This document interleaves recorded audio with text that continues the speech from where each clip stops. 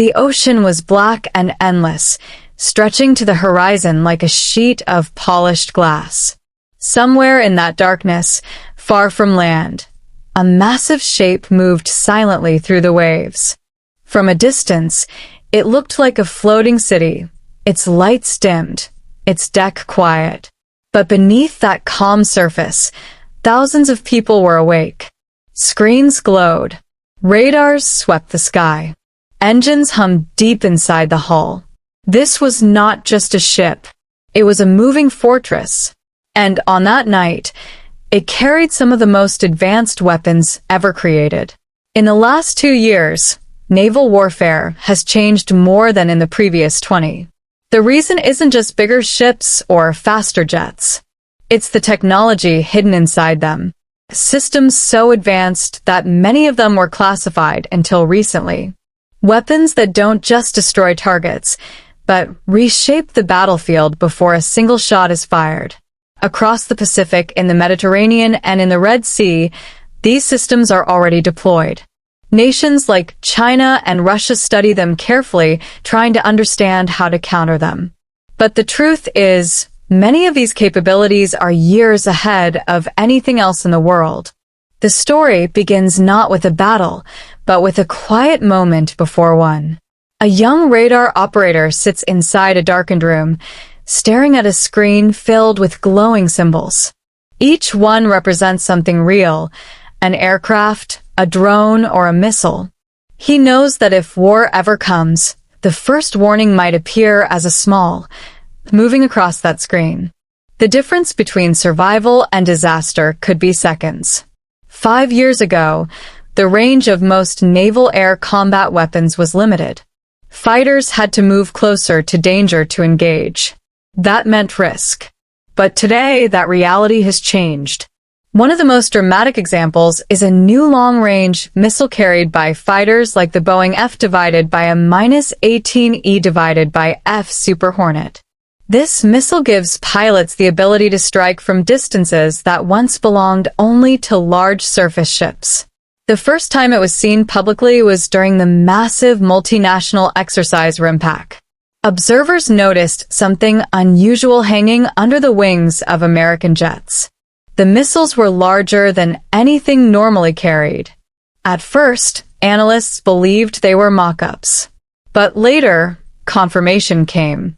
These were operational systems, designed to push the reach of carrier aviation far beyond previous limits.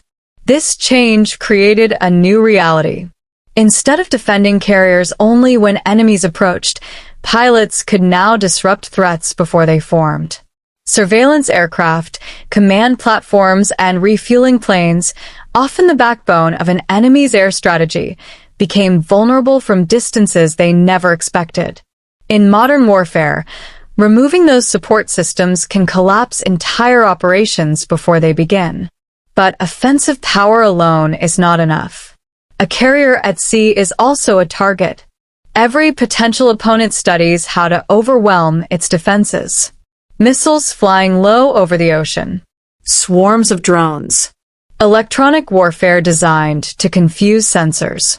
That is why layered defense has become the defining concept of naval survival. Far above the water, long-range interceptors are guided toward threats. Closer in medium-range systems take over. And in the final seconds, smaller and faster weapons engage targets that slip through. One of the most critical of these systems is the RIM, 116 Rolling Airframe Missile.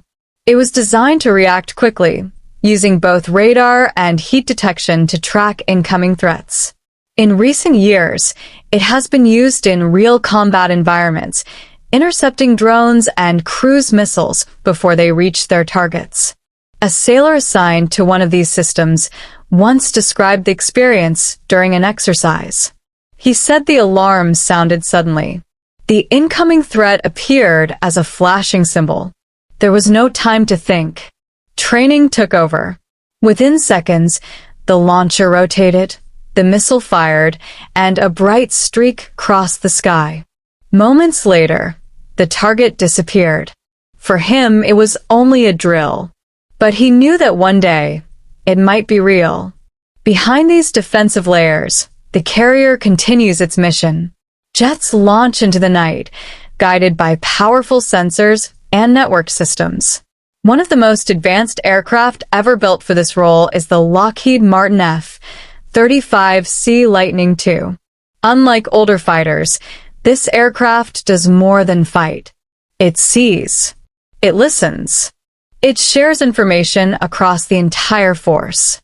In modern naval warfare, information is often more powerful than weapons. An aircraft that detects a threat first can guide others to destroy it without ever being seen. This concept, sometimes called network-centric warfare, turns every platform into part of a larger system. Ships, aircraft, drones, and satellites all contribute to a shared picture of the battlefield. During joint exercises like Talisman Sabre, Allied forces practiced this approach. Data flowed between nations in real time. Targets were identified, tracked, and engaged by different platforms working together. For many observers, the most important lesson was not the weapons themselves, but the coordination behind them. This cooperation creates a strategic advantage. Nations that operate alone struggle to match it. Alliances allow shared resources, shared intelligence, and shared defense. In an age of rapid technological change, that trust is often more valuable than hardware. Yet the most dramatic transformation may be happening in the realm of unmanned systems. Quietly, without much public attention, drones are becoming central to naval power. One of the most significant examples is the Boeing MQ-25 Stingray. At first glance, it seems simple, a drone designed to refuel aircraft in the air. But its impact is enormous. By extending the range of fighters, this drone allows carriers to operate farther from danger while still striking distant targets. It also frees pilots from risky refueling missions. In the future, similar unmanned systems may conduct surveillance, electronic warfare, and even combat roles. On the deck, mechanics and technicians work continuously. They inspect engines, check weapons, and prepare aircraft for the next launch. For them, the technology is not abstract. It is physical, complex, and demanding. Every bolt tightened, every circuit tested, contributes to the survival of the entire crew. Far below, in the carrier's operations center, commanders analyze data from across the globe. Satellites, submarines, aircraft, and allied forces all feed into their decisions. They know that if conflict erupts, the first hours could determine the outcome. In this environment, speed matters. The side that adapts faster gains the advantage. That is why modernization never stops. Upgrades, software changes, and new weapons appear constantly. What was advanced yesterday becomes outdated tomorrow. One senior officer once explained it this way. He said the goal is not to win the last war better. It is to make sure the next war never happens.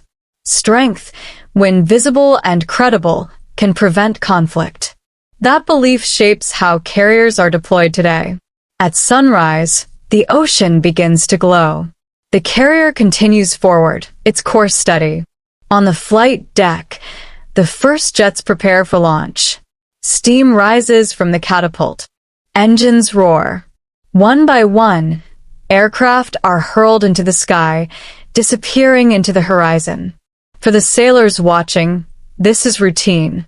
For the world beyond the ocean, it is something more. It is a signal, a reminder that technology, training, and cooperation can shape the balance of power. These systems are not experimental concepts. They are real, operational, and evolving. Their existence influences strategy, diplomacy, and global stability. And behind every machine is a human being, someone standing watch, maintaining equipment, or flying through the night. As long as these ships sail, they represent more than military strength. They represent the ability to project power, defend allies, and respond to crises anywhere on the planet.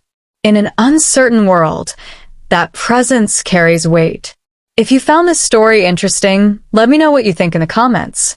Do you believe naval power will continue to dominate the future of warfare, or will new technologies change everything again? And if you enjoy deep storytelling about modern military strategy and technology, don't forget to subscribe. There's always another story waiting just beyond the horizon.